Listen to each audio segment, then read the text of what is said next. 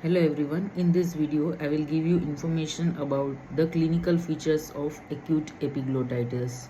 So acute epiglottitis, it may also be associated with the epiglottic abscess, and along with the epiglottis surrounding structures such as both arytenoid folds, they may also get severely inflamed and edematous.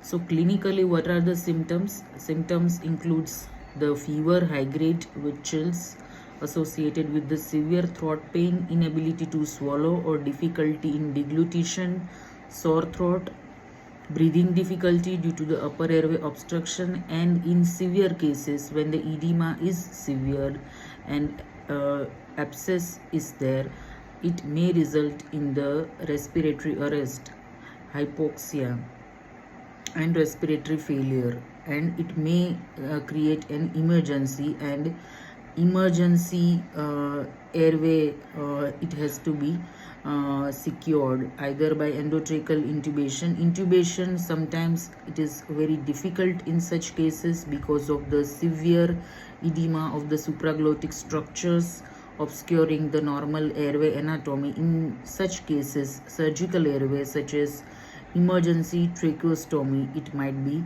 necessary. How we will how we will confirm the diagnosis in such case? So in the blood investigations, there might be leukocytosis, raised CRP might be there.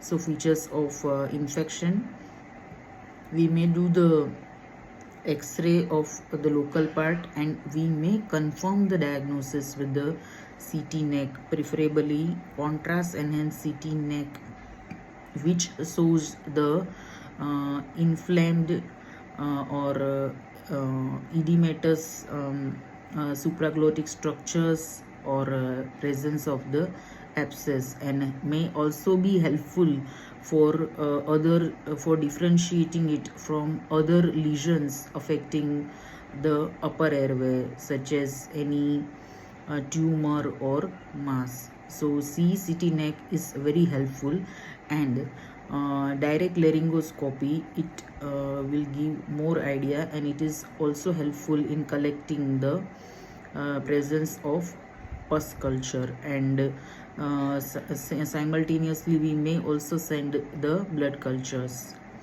So acute epiglottitis, it is an emergency. It has to be treated immediately.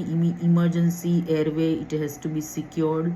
Supportive antibiotics, IV steroids to reduce the edema, it has to be given, and other supportive measures. Our team involving the ENT surgeon, intensivist, and anesthetist, it is helpful in improving the clinical outcome. And once it has been identified and treated appropriately, the prognosis, it is good in most of the cases. Thank you.